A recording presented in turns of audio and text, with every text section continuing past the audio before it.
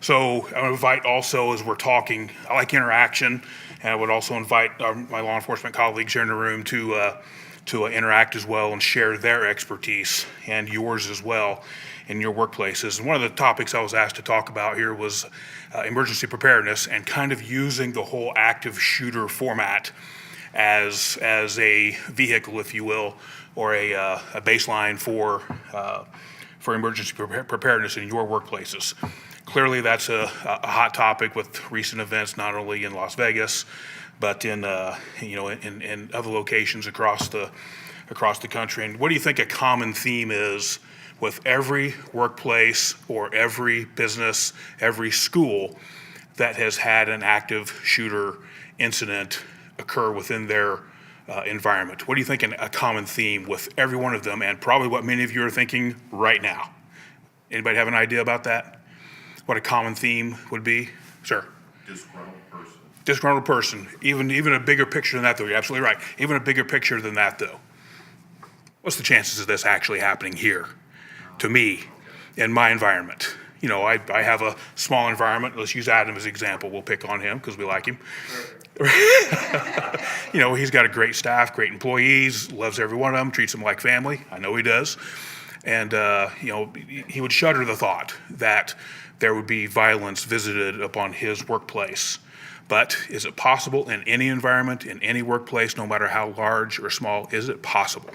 Yes, of course it is. In today's day and age, there's nothing, whether it's a disgruntled employee, whether it's a recently terminated employee, whether it's somebody just wanting to make a point, whether it's somebody that doesn't like the liquor laws, maybe they don't like financial institutions, whatever the case may be. Can it happen? Sure. Is it likely to happen? Probably not. But that's what every place said where these incidents have occurred. So we like to paint the active shooter part of it in the overall emergency preparedness format or plan that you probably already have in many of your workplaces. Who has a fire evacuation plan? What you're going to do in a fire, especially the larger institutions, right? Even the smaller ones, even smaller businesses. You have a plan in place as to what to do if a fire occurs. Employees know where the fire extinguishers are. They know where the ingress and egress or the exits are. So you can incorporate the active shooter portion of an emergency preparedness plan in your workplace. Just incorporate that like you would a natural disaster, a fire, a tornado, a weather-related incident. We plan for those things regularly and routinely. Most government buildings have an evacuation plan clearly posted on the walls. So, around the business, most of your businesses do too. So, if you think of it in that context, it makes it a little less scary, if you will, for your employees as you talk to them. So, gang, today we're going to talk about active shooter. A lot of people don't necessarily want to wrap their minds around that or embrace that concept, because if they pretend it doesn't exist, then it can't happen to them. And then if something does happen, that almost makes it twice as challenging, twice as difficult. Tracking where I'm going with that. So if you can put it in a context of an overall emergency action plan, or whatever you call your emergency preparedness plan within your workplace, that's a great way to package that for your staff.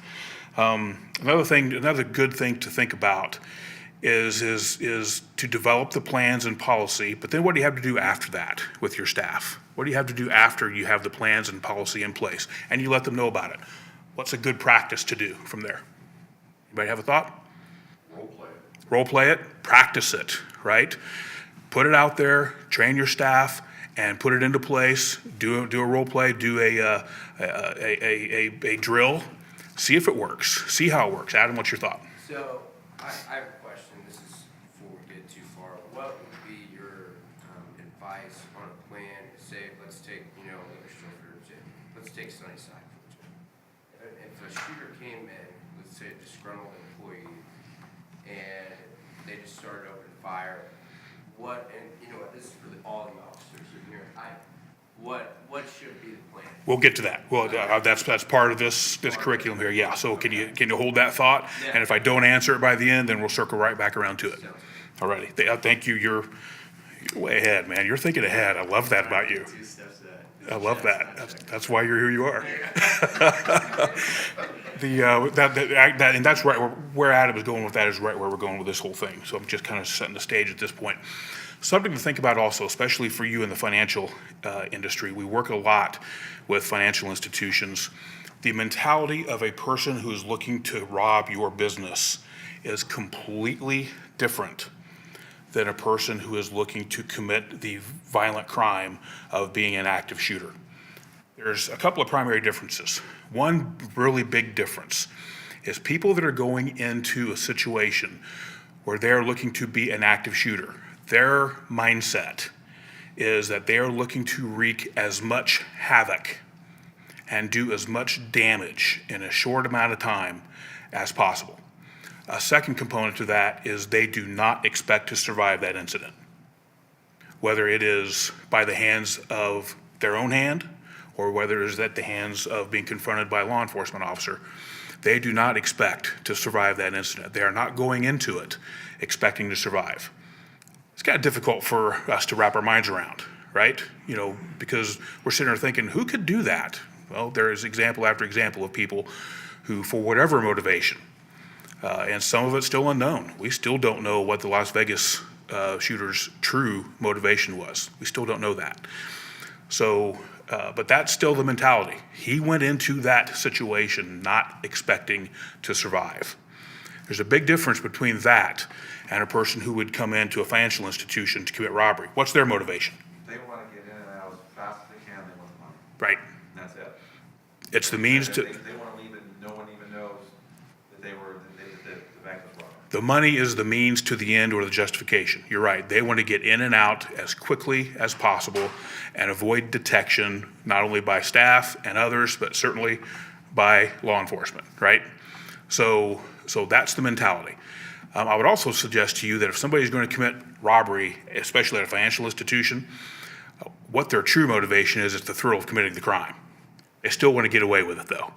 So the mentality is completely different. The mindset is completely different between a person looking to commit a robbery, a crime of robbery. They're looking to survive that incident on the other side of it, right? As opposed to an active shooter. So that's the first thing that you kind of have to wrap your mind around and try to at least understand it as much as we're capable of understanding it. That a person who's looking to commit an active shooter incident does not expect to survive that. So you might ask, okay, Gary, what about the San Bernardino incident where the two people went into the holiday Christmas party a couple of years ago in their own workplace and did an active shooter situation there and then departed? Does anybody remember that specific incident that I'm referring to? All right, so I would still suggest to you that they did not expect to survive that incident. What happened 45 minutes later when they were confronted by law enforcement? What did they do? David, do you remember what they did? Sorry to put you on the spot, but do you remember what they did in San Bernardino? The SWAT ended up taking the truck down there, right? Right, that was a Suburban, yeah. So they ended up in an extended firefight, gunfight with police that again, the two people that committed the crime of active shooter in that particular case, they did not survive. They did not expect to survive that incident. They engaged law enforcement in a active gun battle and they were neutralized. So I still suggest to you that they did not expect to go into that with the expectation to survive. There are some circles that believe they were going back to reload and looking to commit more havoc and create more damage. So the bottom line is they still didn't expect to survive that incident. So we had to wrap our minds around that, as difficult as that might be. So go into your planning for an active shooter with the thought that the person looking to commit that is not looking to survive. Completely different. The reason I kind of talk about financial institutions is we have worked a lot with them in robbery responses. So you really have to kind of shift the mentality from a robbery response to a person looking to commit active shooter. So, to Adam's point, what do we do if we have an active shooter situation occur in our workplace? And there's three simple things to remember. Number one is run. Get away from the situation as quickly as you can. Even in your everyday walk of life as a person, when you're going to the mall, you're going to the movies, you're going to a football game, going to wherever it is you're going, we should always be aware of our surroundings, even in this building. Where are the exits? How many exits are there? Do I see exit signs there? If you're going into your favorite restaurant, as weird as this sounds, work with your children also. You don't have to say, okay, kids, today we're going to prepare for active shooter. You don't have to package it like that. You can actually, I'll be the first to admit, I don't have children, but I do have nieces and nephews. And we kind of made it a little game. It's like, okay, gang, we're in our favorite restaurant. We're in Texas Roadhouse or whatever it might be, So where do you see exits at? Look around, how many exits do you see? Oh, we see 3. So what will happen if the lights go out and we all have to get out of here very quickly? What do we need to do? Oh, we need to hold each other's hands or make physical contact with each other and follow the leader, right? Yeah, very good, and we'll practice that as we're getting out of the car, for instance, walking in. All right, everybody, let's go. And, grab each other's hands. And away we go. There's a little bit of practice there. We do the exact same thing on a SWAT team, do we not? David, when we're going up into a potential hostile environment, every SWAT team member, you have a wingman, you have a partner, and each one is in physical connection with the other one. We call that the electrical circuit theory. So you can use the exact same analogies. So if you were to walk in here before and I say, you know what, train your kids like a SWAT team, you'd all be going, Gary, you've lost it, time to get out. But that's kind of where I'm going with that. It's an overall thought. So back to the run part. If you remove the threats, not the threats, if you remove the potential victims from a person who is looking to commit the crime of active shooter, you're reducing the possibility or reducing the number of people that can be injured or harmed. Does that make sense? I hope. So running is the biggest thing. So, as the first thing, have an escape plan or route in mind. So when you're working with your staffs in small environments or larger environments, work with your staffs about how are they going to run, pre-plan all of that. Where are they going to go? How are you going to have staff accountability? In your handouts there, we kind of give you almost a little checklist here of what to build in, and you're welcome to obviously take those with you. If you're working with another employee and you're grabbing them and saying, come on, let's go. They're saying, well, let me get my coat, let me get my hat, let me get my gloves, let me get this, let me get that. No, we need to go. We need to go now. So sometimes you literally have to grab on and let's go. Come on. Remember, under stress, under high stress, human beings have a tendency to fall into one of 3 categories. They have a tendency to want to fight, flight, meaning run, or what's a third? Anybody know what a third is? Not the law enforcement officers, we all know that. Anybody know what the third is? What is it? Freeze? Excellent. I love that. So freeze, right? And you want to know anything you want to know about how people are going to react, just watch any pet, but in particular a cat. I'll use a cat as an example.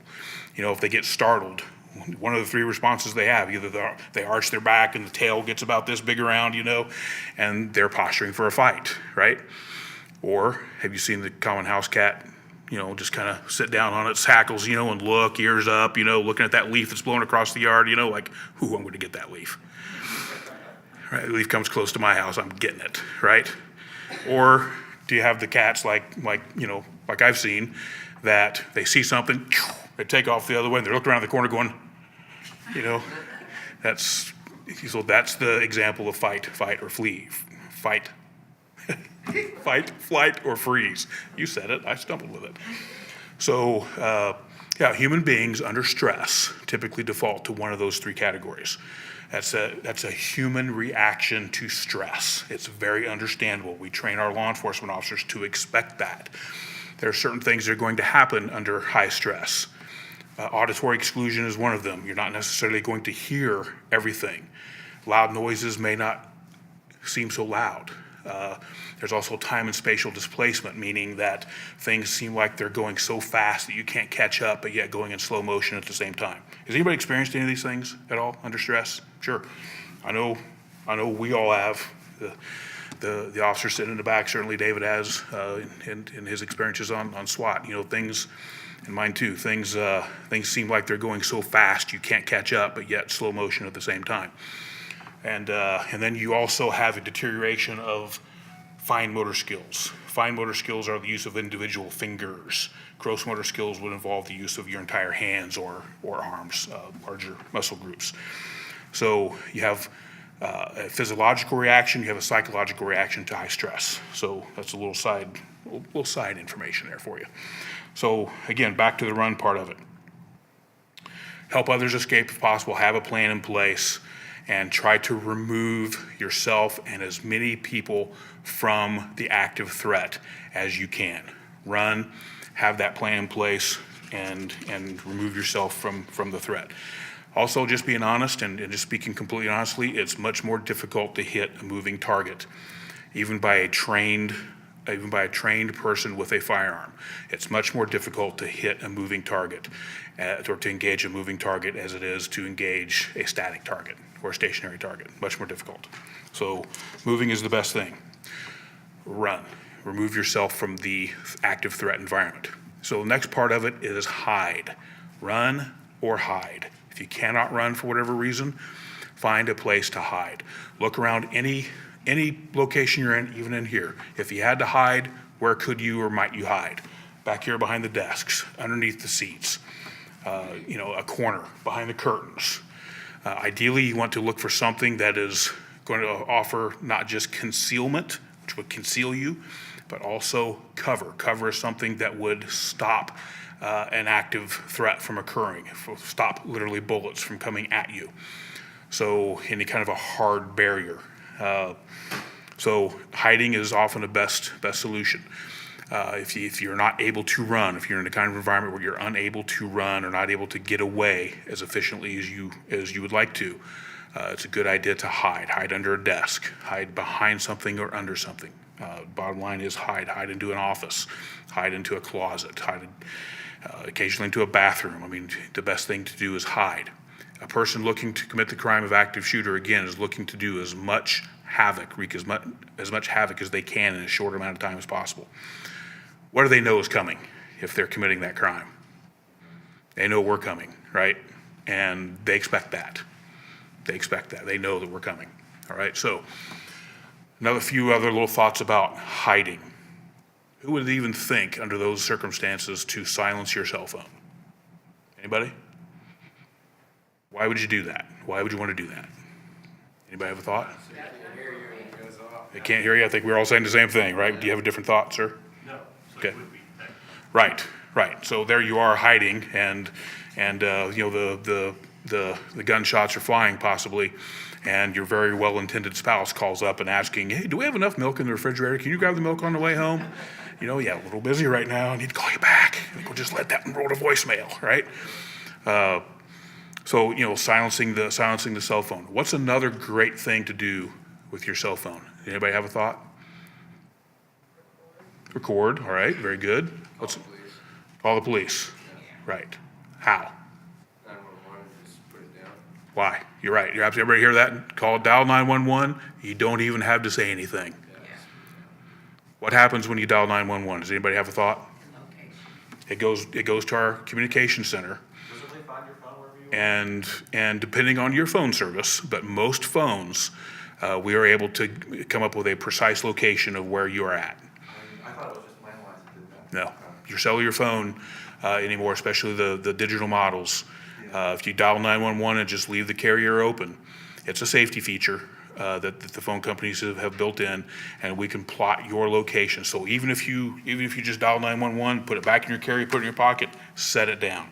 We know where you are at, and we can hear and listen to the telecommunicators will be listening to what's going on. So did you have a thought? Do you need the location function on your phone turned on for that to happen? In that particular circumstance, and somebody correct me if I'm wrong, that doesn't matter.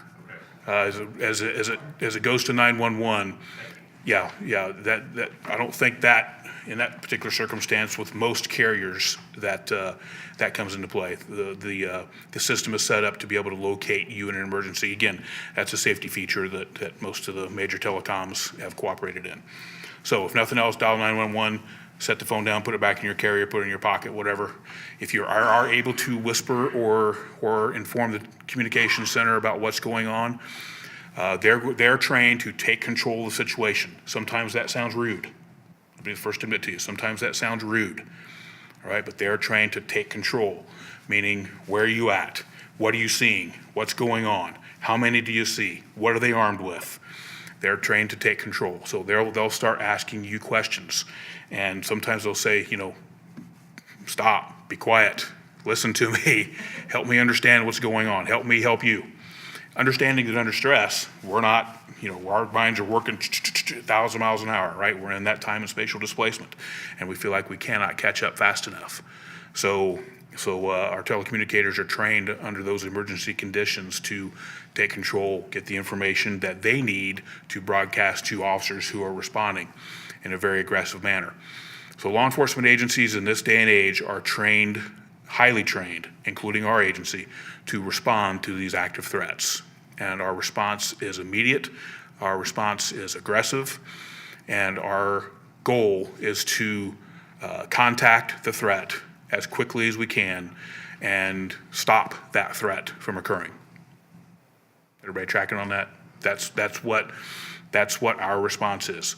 There was a time that even before Columbine, which was one of the first really watershed moments for active shooter incidents in the United States, where we would do a surrounding call out. We would basically set up a perimeter and wait for the SWAT team to get there and then to send the SWAT team in. We've evolved considerably since then. The protocol now for an active shooter is we are going to look to engage that threat. The first responding officer is we all have active shooter kits that we've designed. Thanks to a grant that Chief Bigsby was able to secure for us, every Lawrence police officer has a hard armor plate that can protect them, that can put on an active shooter situation, and it'll protect them against rifle fire, protect all the officers. So got a grant for 85 of those. Every Lawrence police officer is outfitted with one of those now. Shout out to Chief Bigsby, well done. And to the Indiana Criminal Justice Institute for helping us out with that. But so we are prepared with equipment, we are prepared with training. This is something we train on every day, or at least every year, and it's certainly something we think about on a regular basis. David, is there anything I'm missing there as far as the run and hide part that you can think of? Want to call on your expertise. Tracy, anything I'm missing there you want to add, Chief? Mel Keaton just joined us, one of our reserves and chaplain. So anything to share there? All right. So moving on with the hide part, we want to talk a little bit more about that before we get to the last part of it here. If you do go into an office space or someplace with a locking door, lock it. Start pushing items up against it. And if we were in this room, for instance, we want to take those tables back there, push them up against the doors if we can, try to prevent somebody from getting in. The more time we can put between us and an active threat, the better. So not only lock the doors, start pushing things against it. If there is a television or a radio already on, do we leave it on or do we turn it off? Have a thought? What was your thought back there? Silence it? Yep. Okay. Anybody have a different thought? Kind of depends on the circumstance, right? If the person is literally coming down the hall looking for additional people and everybody is either run or hidden, and he or she is literally looking for additional people, you've got the radio on in the background and all of a sudden it goes off. What are you telling them? Right. Yep. Oh, there's people in there, so I better go. So I'm not saying you are not correct. If you go into that environment and immediately and turn it off, that's great. I would suggest to you though, if it's already on and you go in there and there's a temporary respite, meaning that the individual is looking for additional people have followed the protocol, your staff has followed the protocol, you've run, you've hidden, and there is a television or a radio that's on, leave it on. Go ahead and leave it on. Don't give them the indication that anybody is there of human movement or human activity, because that's what they're looking for. Let's see, let me make sure, get out of the shooter's view. Blockade with heavy furniture if you can. Lock the door, silence your cell phone. Stay as quiet as you can. Make sure try to remain calm as best you can. Dial 911. And if you can't talk, just leave the line open. We got all that. All right. So the last part of it, of run and hide, are the first two preferred responses. The third response is to fight. If it comes to the point where you have the active threat that is coming to confront you, and you've tried to run, you've tried to hide, you may have to fight. And your first thought might be, what can I do against a person with a gun? And I would suggest to you that every decision you make in that circumstance has to be worth your life. So let's looking around this room. Yeah, there's some of us in here that are armed, but many that aren't. So what do we have in this room we could grab to defend ourselves with if we had to? Chairs, coat rack, flagpoles, things off of the walls back there, the plaques and the pictures and everything, the clock back there, take that off. Chairs make a great thing. Beautiful thing is a fire extinguisher. Who wants to get clocked upside the head with a fire extinguisher, right? So grab the fire extinguisher. If that threat starts to come in and you have to confront them, first of all, douse them with the fire extinguisher and then crack them right upside the head with it if they're an active threat, right? I can hear it now. Oh, the police said to crack them upside the head with a fire extinguisher. It's all right. Well, keep in mind the context we're talking about here. We're talking about an active shooter threat, a deadly force situation, right? You're looking to survive. I think you're going to be okay legally in that circumstance. Ms. Ely, do you have anything to share along those lines? She's back there going, no. In an active threat environment, if it's a deadly force encounter, you can use reasonable force up to and including deadly force to defend yourself. So I would suggest spraying them with the contents of the fire extinguisher and cracking them upside the head. That's what I'm saying in that circumstance. So you'll grab things that you can use as neutralizers, throw things, hit them with things. Any object item can become an item to use as defense. If you don't have anything in the environment you're in, belts, hats, grab a t-shirt, wrap it around. If you have, if there's a pool table around, grab a pool stick, grab the pool cues, wrap it up into balls, wrap it up in a t-shirt, and use that as a swinging object. Anything you can come up with, ashtrays, anything you can come up with that could be used as an improvised weapon to even the odds, use it. You let your imagination go, and you can use it. Don't think that you cannot defend or survive an incident like that. I would rather, the will to win is more important than the skill to win. The will to win is more important than the skill to win. So that's probably the best thing I can say about that. So, any questions about the fight part? Now, in a situation like Las Vegas, that was somewhat of a unique environment, right? That was more of a static shooter. The shooter wasn't moving, he was static. So obviously, once the law enforcement response came, what did he do? Took the coward's way out, right? So more evidence that a person looking to commit that crime was not looking to survive it. So that's a little bit of a different situation. The protocol there is to run and hide as best you can. You're not necessarily going to have to confront a threat from a static situation. But if they're coming into your workplace and actively pursuing, the response is run, hide, fight.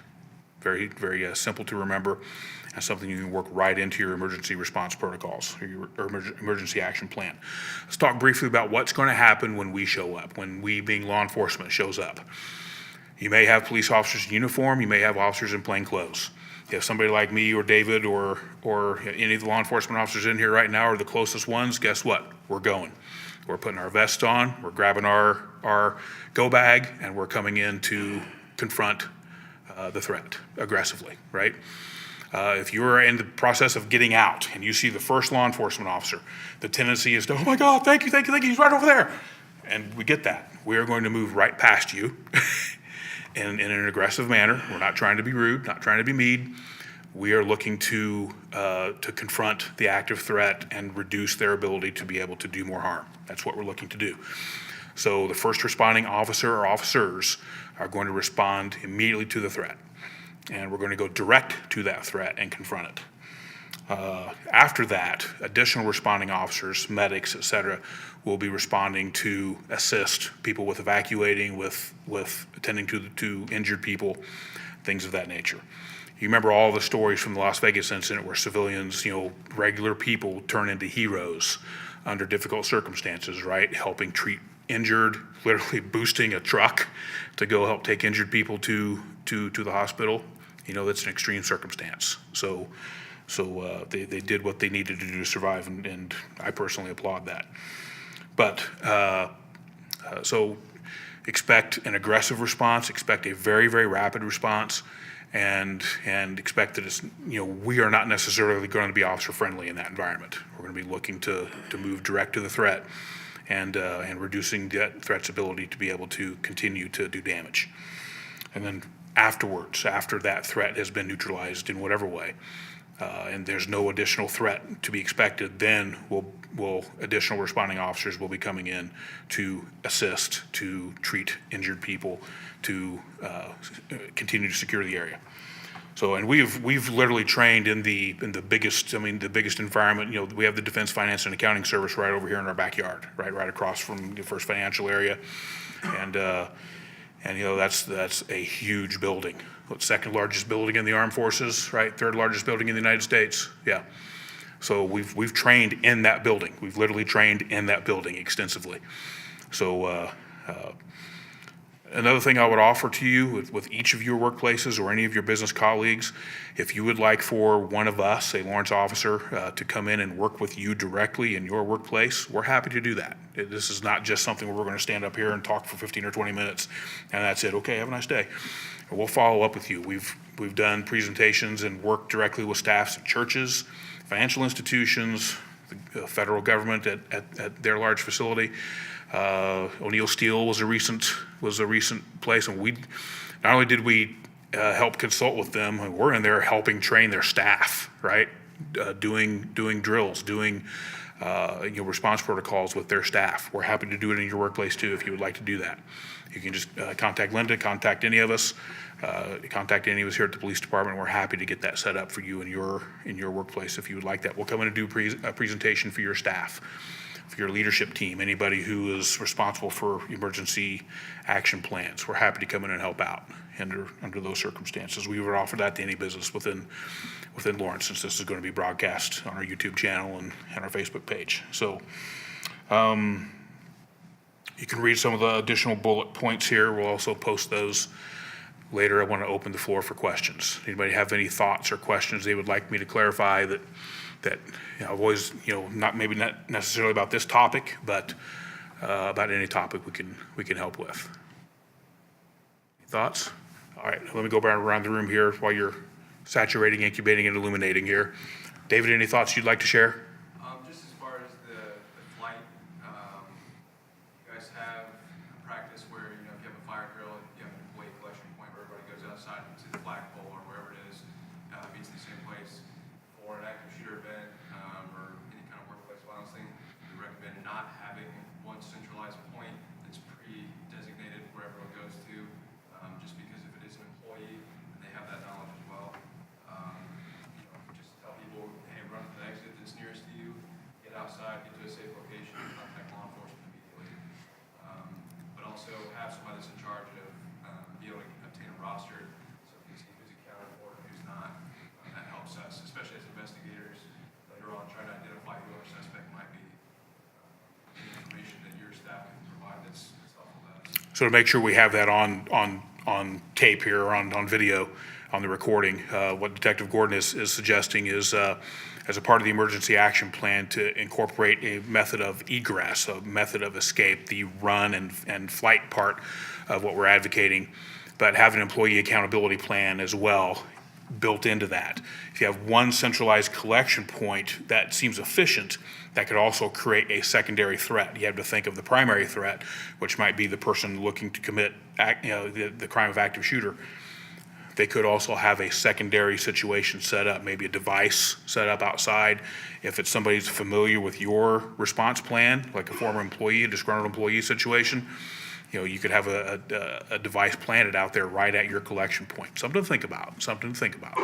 So, maybe having some alternative collection points, or just get out as efficiently as you can, contact law enforcement, contact 911, and we'll find you and start getting people rallied together as we secure the environment.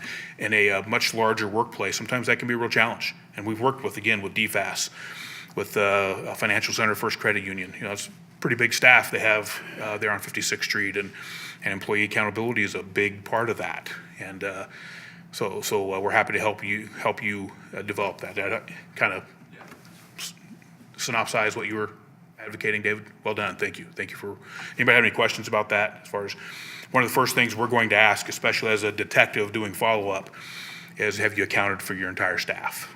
Have you accounted for everybody who was working there? That way we'll know if we still need to go in and find someone or help locate someone that's within your workplace. Any additional thoughts, David? Sharon, do you have anything you'd like to share? No, I'm learning as I go, so I appreciate this. Okay, all right. Captain Cantrell, anything? Only biggest concern, being a person that's in charge of incident command, be cautious with your employees. One thing we run into is if you allow them to carry guns while they're at work, because the problem is, if we're getting into a situation where there could potentially be an active shooter, some people want to take it into their own hands. If we come in as law enforcement, we don't know who's who, so potentially we may actually end up engaging a civilian or a person that's innocent that has a weapon. We don't know that, so that's one of the biggest things that people bring up, is because some corporations allow their employees to carry a firearm, so just be cautious of that. As a responsible armed citizen carrying a firearm, part of that understanding is, you may be assisting or supporting, but we need to be able to tell the good guys from the bad guys. So if a law enforcement officer in that situation is confronting you and telling you drop the gun, drop it. Explain you're a good guy later. Don't extend the threat and turn a tragic situation even worse. So thank you, Captain. Chief, anything you'd like to add? No, not really. I mean, you covered pretty much everything. I wrote down a few notes down here and you covered it all. I just want to make sure that everybody too, even though you might have an emergency preparedness plan, make sure you practice it. When we were talking about DFAS, one of the largest employers here within the city, they do it all the time. And we have a few people, we observe how they do their active shooter drills and everything else. But we have a couple people that might be stragglers out there out in the hallways. But for the vast majority of that building, since they've really engaged in active shooter training and or emergency preparedness, you hardly see any movement out of it. You don't hear anything coming out of any of, in that building whatsoever. So just make sure if you have one, just practice it over and over. I know it can be taxing as far as, how much it costs when you have employees stay over hours or whatever, or do it when you're closed, maybe give them 30 minutes and try to plan for it so that they're prepared in the case, not only if it's internally, but externally coming from somebody who wants to do a threat or harm to your business. So, but everything else was covered pretty well. And again, in case the microphone didn't catch all that, thanks, Chief. Within your workplaces, practice your plan. Practice, practice, practice. Whether it's tabletop, whether it's actually physically practicing it, develop the plan, train on the plan, practice to the plan. Challenge the plan. We do that all the time. We'll challenge the plan. We'll develop a plan, and we'll do walkthroughs, run-throughs, and if it doesn't work, switch it up, change it. Sergeant Keaton, any thoughts? Yeah, just two quick thoughts. When you talk about run, hide, fight, the fight portion of it, when you talk about defeating an armed attack or defeating a person with a firearm, don't underestimate the power of a group working. You talk about picking up any kind of weapon, you turn anything into a weapon, but a group of people against one armed assailant is a massive advantage that you can capitalize on. So to capture that again, in case the microphone didn't, don't underestimate your ability to defend yourself, especially in a group. If you have a group, you can overwhelm even somebody that's armed with a firearm. They can be very easily overwhelmed. A firearm is not the end all, whether it's a handgun or a shoulder-fired weapon. It is not the end all, and a group can defeat that. A thought to consider there is to utilize speed, surprise, and aggressiveness of action. Speed, surprise, and aggressiveness of action. So if we are looking at this environment in here and that active threat is getting ready to come through one of these doors, we gather right there in the corner as they're coming through. Typically only a highly trained individual is going to take a look to the corners first. We even have members of our own police department. We just got done doing some terrific training using some of the facilities that are offered down at Camp Atterbury. And we just emphasize continuously to our officers to make the look to the blind spots, right? This is not proprietary information. This is not like information that nobody knows. I mean, this is all out there significantly. But you can look in any training video and see these concepts being talked about. So we're not giving away any secrets. So if you are hiding in the corner and preparing for that threat, use speed, surprise, and aggressiveness of action to overcome that threat, overwhelm that threat. And literally numbers speak to your benefit. So you can use any number of distraction techniques by throwing things at them. Again, using the fire extinguisher with the contents and the bottle, and then overwhelming that threat with numbers. And even if you don't have numbers, how many times have we heard about the mother who has the child trapped underneath the car and literally is able to move that car off of their child? I mean, the power that we can generate under stress is really pretty amazing. So, sir. So the one other thought was, when you were talking about our response to the active threat, that it has evolved in the last couple of decades, and we're going direct threat. I was just thinking fire and EMS is also evolving. Right. I believe we're the first fire department here in the city of Lawrence that has all of our fire trucks, our apparatus, all have body armor now. And, our fire department is working on direct threat, their portion of it as far as rescue. Sure. So under that whole thing of the response you're gonna see, we're seeing the evolution happening in the fire service. Absolutely, yeah. So, Save life. yeah, to recapture there for the video here, our fire department, the Lawrence Fire Department, just completed in-service training, updating their firefighters on active shooter response and protocol. I mean, literally in late September, early October here, they just completed that, and we worked with them on that. So they have literally received the best, the state-of-the-art tactical protocol. So they just got done training all of their shifts, all of their personnel on that. And that's something we train for on a regular basis as well, at a minimum annually, and typically even more than that. But at a minimum, we're training on that regularly. So, anybody have any thoughts before I turn things back over to Linda or Chief? Yes, ma'am. It's not necessarily, our situation's a little bit different. I think someone else said they were a senior here too. Our responsibility is to take care of those seniors. At what point, they're not gonna be able to run. Sure. They're not gonna be able, what would your recommendation be to keep them as safe as possible, but still keep their staff? That's a terrific question. And I'll be the first to admit that that's not necessarily a personal area of expertise, but I think we can all share some thoughts.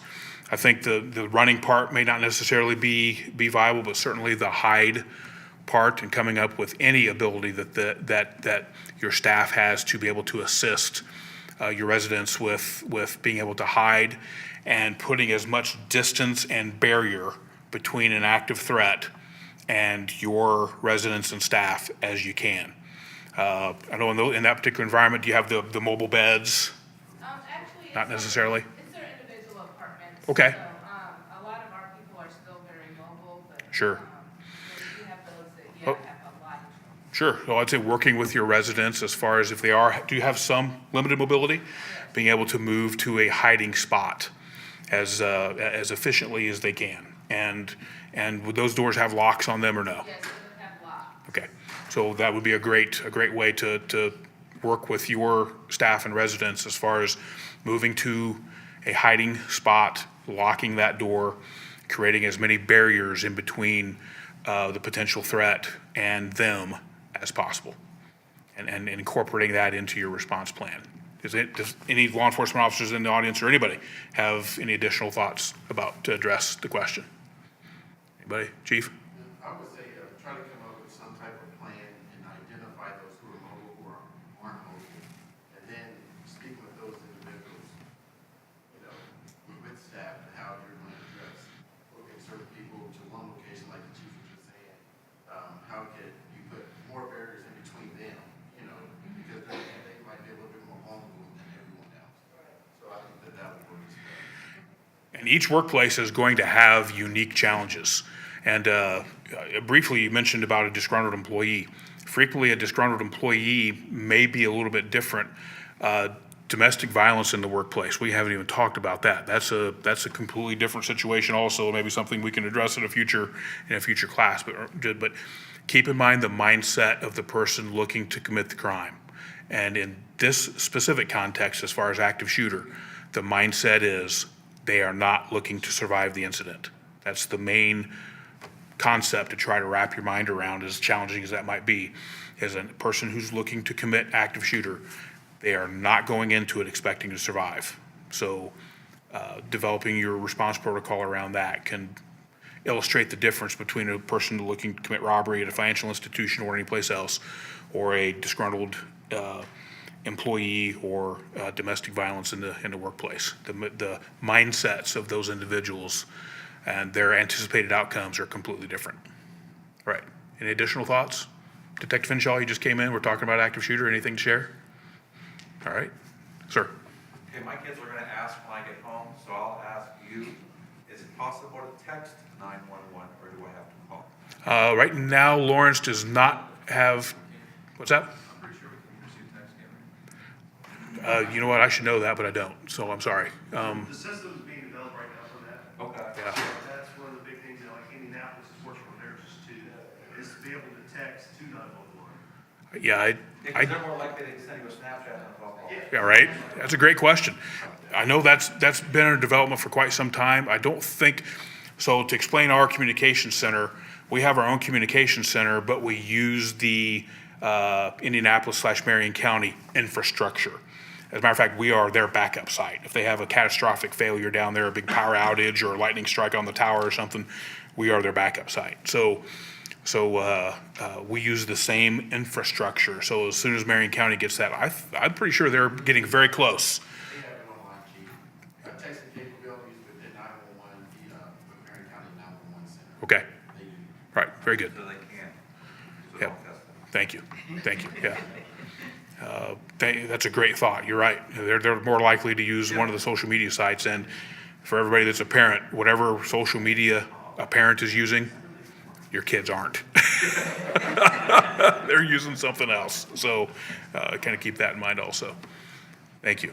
Any other questions before any general questions that you'd like for me to address? I always wondered this. How's your time? You have several law enforcement officers in the room, and we're happy to help. That's what we're here for. And keep in mind what I said also, we're happy to come to your workplace to work with you, your staff, in the development of plans, training of the plans. We're happy to do that. That's something we do. There's no cost to that. And we're happy to do that and help out as much as we can. All right, Linda? Thank you, everyone.